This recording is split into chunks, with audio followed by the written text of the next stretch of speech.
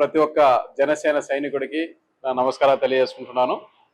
మొదటగా మన వేదిక మీద ఉన్నటువంటి గోపి గారు, ఈయనకి రాజకీయ మూలాలు ఉన్నాయి. వీళ్ళ తండ్రి గారు కందునూరి పుల్లయ్య గారు. ప్రతి ఒక్కరికి మందుల షాప్ పుల్లయ్యగా సుపరిచితులు. దాదాపు మైదుకూరులో అంతో ఇంతో రాజకీయ లక్షణాలు నాలాంటి వాళ్ళకి ఆదర్శంగా ఉన్నారు. ఆయన అంతో ఇంతో రాజకీయాల్లోకి వచ్చి ఎవరైతే మొగ్గు చూపి ఉన్నారో వాళ్ళందరికీ తాతగారే ఆదర్శం అని చెప్పుకోవచ్చు. ఎందుకంటే మండలాధ్యక్షుడిగా దాదాపు కొన్ని సంవత్సరాలుగా, అలాగే సర్పంచ్గా 30 సంవత్సరాలు ఆయన రాజకీయంలో ఉండి కొంతమందిని రాజకీయంలోకి వచ్చేలా చేశారు, ప్రభావితం చేశారు, డైరెక్ట్ గాను ఇండైరెక్ట్ గాను. అలాగే గోపి గారు అదే కోవలో మిలిటరీలో ఎముకలు కొరికే చలిలో, మీకు మనకైతే ఇక్కడ మైదుకూరులో ఎంత ఉంటుంది, 27 కానీ 32 కానీ అలా ఉంటుంది డిగ్రీస్. కానీ ఆ లడాక్ ఏరియాకి వెళ్తే అసలు మనం ఇట్లా కాఫీ తాగే లోపల గడ్డ కట్టిపోతుంది.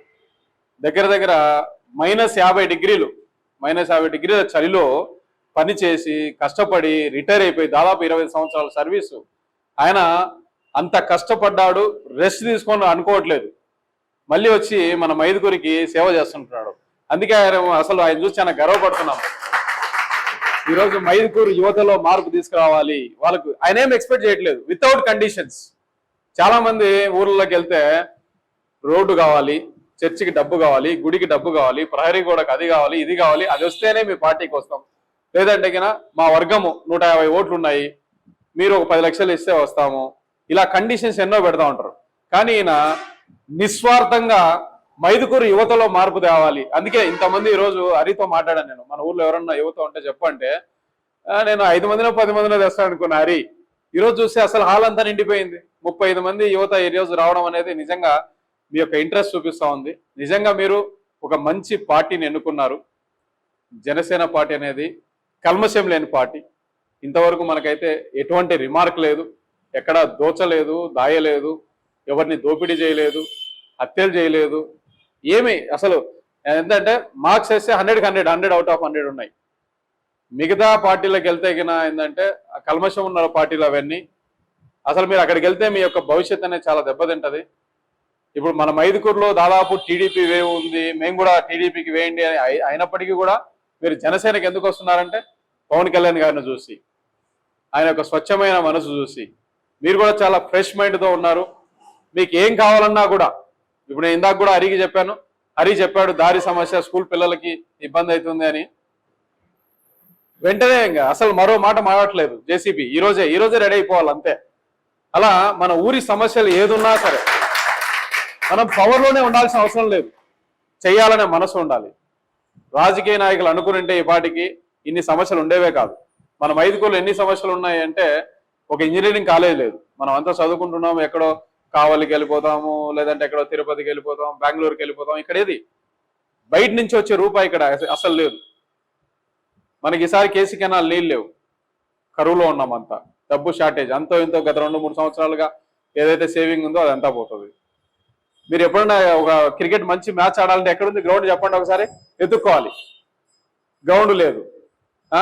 ఎప్పుడన్నా మీరు నడవాలి, కొద్దిగా ఆరోగ్యంగా ఉండాలి అంటే సరైన జిమ్ములు లేవు. ఇక్కడ దానా ఫ్యాక్టరీ దగ్గర ఒక ప్లేస్ అయితే ఉంది, అందులో ఒక ఇండోర్ స్టేడియం నేను కూడా ప్రపోజల్ పెట్టాను. ఇప్పుడు ఎవరైతే రాజకీయంలోకి అధికారంలోకి వచ్చారో వాళ్ళు ఖచ్చితంగా చేయాల్సిందే, మన యువతకి ఏదో ఒకటి చేయాల్సిందే. అటు వృత్తిపరంగా చేయాల్సిందే, ఉపాధి పరంగా చేయాల్సిందే. మీరందరూ చదువుకున్నారు, బాగా వెల్ ఎడ్యుకేటెడ్. ఎవరైతే చదువు మధ్యలో ఆపేసి ఉంటారో వాళ్ళందరూ మన గవర్నమెంట్ వచ్చిన వెంటనే మీ అందరికీ ఉపాధి రూపంలో ఏదైనా సరే, మీరు లోన్ కావాలా, సబ్సిడీలు కావాలా, మొహమాటం లేకుండా అడగండి. ఒకవేళ మీకు నాకు కనెక్షన్ కుదరలేదు, హరిని అడగండి. ఆయన వచ్చేసి హరి రోజు మాట్లాడతాడు, ఆల్మోస్ట్ రోజు చాట్ చేస్తాడు ఆయన. కాబట్టి మీరేం మొహమాట పడకండి. మీకు ఎటువంటి ప్రాబ్లమ్స్ ఉన్నా, మీకు ఏదైనా గొడవ అయినా సరే, ఎవరిదైనా గొడవ అయినా సరే మేము వస్తాం. మన వైపు తప్పున్నా సరే మీకైతే మేము వస్తాం, కంపల్సరిగా మీ వెనక నిలబడతాం. సో యువత ఈ యొక్క వైసీపీ ప్రభుత్వం పెడచెవిన పెట్టేసింది. మీకు దాదాపు ఈసారి కూడా 4 లక్షల ఓటర్లు వచ్చారు, ఫ్రెష్గా 4 లక్షల ఓటర్లు వచ్చారు. వాళ్ళందరికీ ఓటు బ్యాంకుగా వాడుకుంటా ఉంది. మీకు అది ఇస్తాం ఇది ఇస్తాం అని చెప్పి ఒక బూమ్ బూమ్ బీర్ అని ఇచ్చేసి ఒక బిర్యానీ చేసి మిమ్మల్ని పెడసేవని పెడతాం. అలా కాదు, బిర్యానీలు బీర్లు అవన్నీ మీకు నిజంగా కావాలా, వెళ్దాం మనం అందరం ఒక 2 బస్సులు వేసుకొని గోవాకి వెళ్ళి ఎంజాయ్ చేసేద్దాం అంతే. ఇసుకలో పొల్లాడేసైనా సరే మీరు ఎంజాయ్ చేయండి, అంతేగాని ఏదో ఓటు కోసం వాళ్ళు ఇచ్చే బీర్ అయితే మనకు మీకు నిజంగా ఎంజాయ్ చేయాలంటే నాకు చెప్పండి, మాట తప్పితే అడగండి. మనం అంతా నేను కూడా వస్తాను రోజు మీతో పాటు నేను వస్తాను, మీతో పాటు ఎంజాయ్ చేస్తాను, పక్కకు కూడా కాదు. కాకపోతే మన మైదుకూరులో మార్పు కోరుకోవాలి. అసలు ఇప్పుడున్న ఎమ్మెల్యే ఎన్నిసార్లు గెలిచారో మీకు ఐడియా ఉందా? 4 సార్లు గెలిచారు. అంతకుముందు ఎమ్మెల్యే ఎన్నిసార్లు గెలిచారో తెలుసా? 6 సార్లు గెలిచారు. 6 సార్లు 4 సార్లు 10 సార్లు మనలాంటి సామాన్యులు, నేను ఒక రైతు బిడ్డని, మీరు కూడా రైతు బిడ్డలు, చిన్న చిన్న వ్యాపారస్తుల బిడ్డలు ఉన్నారు. మనకు రాజకీయం అంటే తెలియదు, బూతులు అంటే తెలియదు, ఎన్ని పంచాయతీలు ఉంటాయి, ఎన్ని వార్డులు ఉంటాయి, ఎన్ని మండలాలు ఉంటాయి, ఎవరికి ఏం తెలియదు. 14 లేచి మనం ఏం చేయాలి? బతుకు జీవుడాన్ని పరిగెడతా ఉండాలి. అలా కాదు, ఈసారి మార్పు రావాలి. నాలాంటోడు ఇక్కడ ఉన్న ఈ వ్యక్తి పవన్ కానీ, మణి కానీ, బాబు కానీ వీళ్ళంతా ఎందుకు నిలబడి ఉన్నారంటే మైదుకూరులో మార్పు రావాలి. రాజకీయం అంటే రాజకీయ బిడ్డే చేయాల్సిన అవసరం లేదు. సామాన్యుడు కూడా, రబ్బర్ చెప్పులు వేసుకున్న వాడు కూడా రాజకీయం చేయగలనే ఉద్దేశంతో ఖచ్చితంగా నిలబడి ఉన్నాం. పవన్ కళ్యాణ్ గారి యొక్క అండ మనకు ఉంది, డైరెక్ట్ యాక్సెస్ ఉంది, ఏం పర్లేదు. మీకు ఏ ప్రాబ్లం ఉన్నా కూడా మేము నిలబడే ఉంటాం. మన యొక్క యువతకి అన్యాయం చేసిన ప్రభుత్వాన్ని గద్దె దింపాల్సిందే. 4 లక్షల ఓటర్లు ఈసారి వచ్చారు. వాళ్ళందరినీ ఏంటంటే ఓటు బ్యాంక్గా వాడుకోవాలని చూసుకుంటున్నారు. అలాగే సబ్సిడీలు ఇస్తామన్నారు. విదేశీ విద్య మీలో ఎంతమందికి ఉంది? అమెరికాలో చదవాలని, ఎంతమందికి ఉంది కెనడాలో చదవాలని, కానీ ఎలా చదవాలో తెలియదు, ఎలా అప్రోచ్ అవ్వాలో తెలియదు. సో ఇలాంటివన్నీ జరగాలన్నా, ఉన్నత విద్య చదవాలన్నా, జాబులు రావాలన్నా, అసలు యువత పారిశ్రామికంగా అభివృద్ధి చెందాలన్నా, మీకు పెట్టుబడులు కావాలన్నా, రుణాలు కావాలన్నా, సబ్సిడీలు కావాలన్నా, ఏవి కావాలన్నా కూడా ఇప్పుడున్న ప్రభుత్వంలో అయితే జరగవు. ఖచ్చితంగా జనసేన రావాల్సిందే. జనసేన టీడీపీ ఉమ్మడిగా వస్తేనే మనకి ఏదైనా కూడా మార్పులు అనేవి జరుగుతాయి. ఎందుకు నేను యువత గురించే ఫోకస్ చేస్తున్నాను, మహిళల గురించి ఫోకస్ చేయలేదు, లేకపోతే వేరే వాళ్ళ ఉద్యోగస్తుల గురించి ఫోకస్ చేయలేదు అంటే అవన్నీ మీకు తెలిసినట్వే. ఉద్యోగస్తులు కూడా టైం డబ్బులు ఇవ్వట్లేదు. అలాగే తర్వాత మహిళలు 30,000 మంది మిస్ అయిపోయారు. ఇప్పటికీ వాళ్ళ ఆచూకీ లేదు. మన చెల్లో, అక్క, అమ్మ ఎవరైనా మిస్ అయితే ఏంది పరిస్థితి? అసలు వాళ్ళ యొక్క డీటెయిల్స్ కూడా తెలియదు. ఇలా మొన్న కూడా అంగన్వాడీలు 1,00,000 మంది ర్యాలీలు అవన్నీ నిరవధిక సమ్మెలు చేస్తా ఉంటే వాళ్ళు మీ 1,00,000 ఓట్లు పోతే పోని అంటున్నారు అనమాట. అంటే ఇది అన్యాయం జరిగిందిరా బాబు అంటే వాళ్ళు అసలు పట్టించుకోవట్లేదు. దోచుకుంటున్నారు వేల కోట్లు. ఇంతవరకు ఈ 4.5 సంవత్సరాల్లో ఏమి అభివృద్ధి అయింది? పోలవరం ఎత్తు జరిగిందా? లేకపోతే నిత్యావసర సరుకులు ఒకప్పుడు ఎలా ఉండింది? ఆయిల్ ప్యాకెట్ 4 ఏళ్ల కింద ఆయిల్ ప్యాకెట్ ఎంత ఉంది, ఇప్పుడు ఎంత ఉంది? 4 ఏళ్ల కింద పెట్రోల్ ఎంత ఉంది, ఇప్పుడు ఎంత ఉంది? కరెంటు బిల్ అప్పుడు ఎంత ఉంది, ఇప్పుడు ఎంత ఉంది? ఇప్పుడు ఎంత వచ్చింది? హరి, మన కరెంటు బిల్ ఎంత వచ్చింది ఈ మంత్? రఫ్గా 700. ఒక సామాన్యుడు 700 కరెంటు బిల్లు. ఈయన ఏమైనా ఫ్యాక్టరీ రన్ చేస్తున్నాడా ఇంట్లో? ఈయన ఏమైనా చిన్న తరహా పరిశ్రమ నడుపుతున్నాడా? మహా అంటే ఒక ఫ్యాను, ఒక ఏసీ ఉంటుందో ఉండదో డౌటే. మనం అన్ని సామాన్యుల కుటుంబాలు, ఎందుకంటే పచ్చని పల్లెటూరులో ఉన్నాం కాబట్టి ఏసీలు అవన్నీ మనకు అవసరం లేదు. బేసిక్గా మన సిటీలో ఉంటే ఏసీ.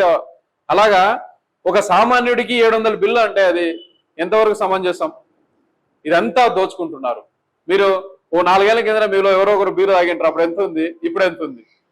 అప్పుడు 50 రూపాయలు 70 రూపాయలు ఎంతో ఉండేది, 100 రూపాయలు, నాకు తెలియదు, రేటు తెలియదు. బట్ ఇప్పుడైతే 3 ఇంతలు అయితే పెరిగింది.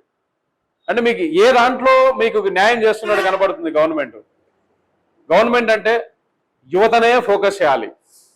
ఎందుకంటే మూలాల్లోంచి మార్పు అనేది రావాలి.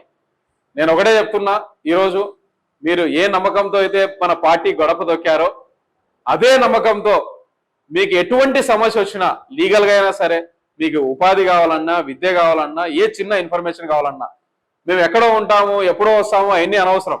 ఒక ఫోన్ కాంటాక్ట్ ఉంది, ఒక వాట్సాప్ ఉంది, ఇన్స్టాగ్రామ్ ఉంది, టెలిగ్రామ్ ఉంది. ఎక్కడైనా ఒక మెసేజ్ పాస్ చేయండి. ఒకప్పుడు రాజకీయాలు వేరు. ఒకప్పుడు రాజకీయాలు అంటే ఏంటంటే లోకల్లో లీడర్ ఉండాలి, అక్కడే ఉండాలి, చెప్పినప్పుడు లేదా ఒక 4 మనుషులు వెళ్ళినప్పుడు, ఇంటికి వెళ్ళినప్పుడు అట్లా ఉండదు. ఇప్పుడంతా వెరీ క్విక్ కమ్యూనికేషన్. కాబట్టి మీకు ఎప్పుడు మేము అందుబాటులో ఉంటాం. ఒకవేళ నేను అందుబాటులో లేకపోతే మా టీం అందుబాటులో ఉంటారు, వీళ్ళు అందుబాటులో లేకపోతే హరి అందుబాటులో ఉంటాడు. కాబట్టి ఒకటే చెప్తున్నాం, మీరు ఏ నమ్మకంతో అయితే మన పార్టీ ఆఫీస్ గడప దొక్కారో ఆ నమ్మకాన్ని మేము పోగొట్టుకోము.